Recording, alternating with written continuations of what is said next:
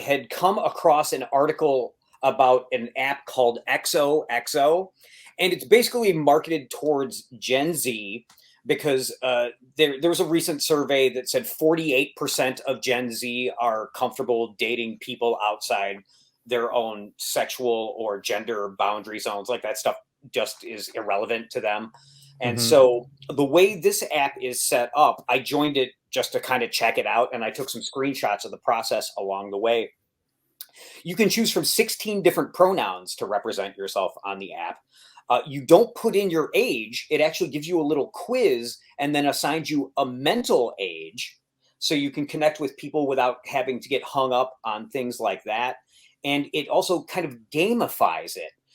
You can earn little badges, and based on the information you input into it, it assigns you a little totem, which is kind of represents your personality type, and it groups you into group chats with these people automatically, and it tells you what your pair is, the opposite of that would complement you well. You win little badges and stuff by interacting. Like, it's not a swiping app so much. It's very interesting.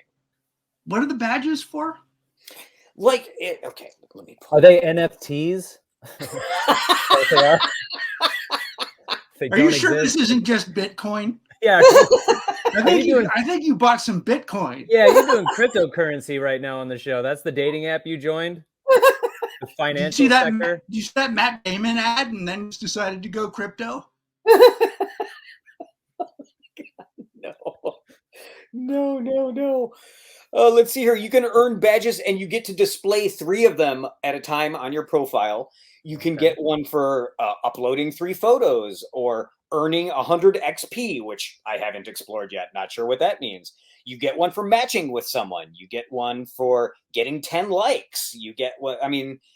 It really kind of like video gamifies the process. Does it show you people as well? It does. But like I said, it doesn't represent them by their age.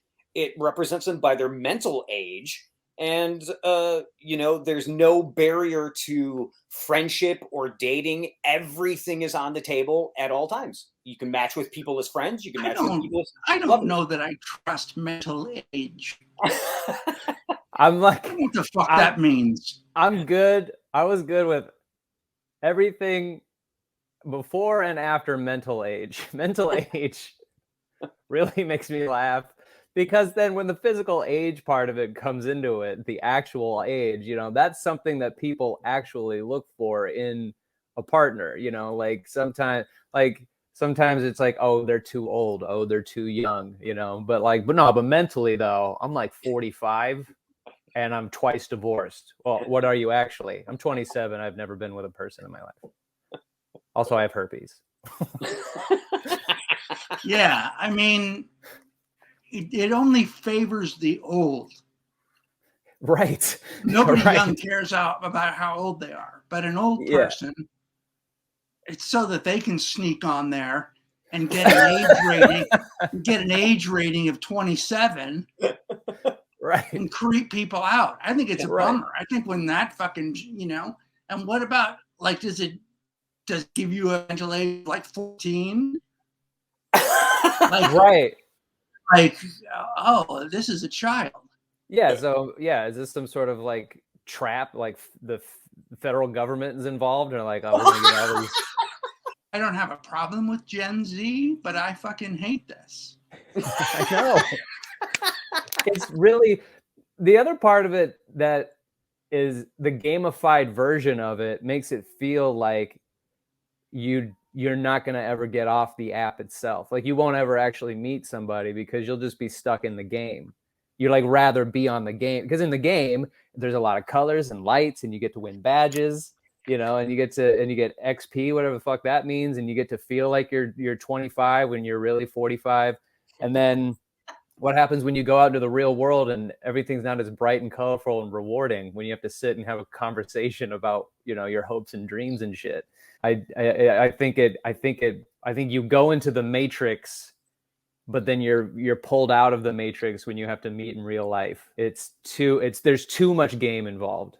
No, I think the listener needs to get on the app. If you're if you're a Zoomer and you're listening to this show, tell us about your app that you love so much with your mental age.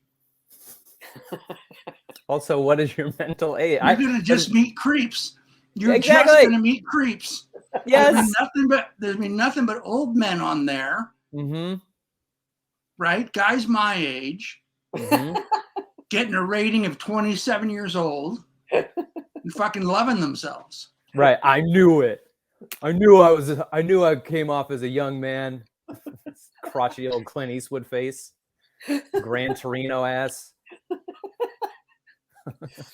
I must admit, I was a little suspicious that the quiz that assigned you your mental age was no more than a dozen questions. So, also, who's what putting up this kind of question?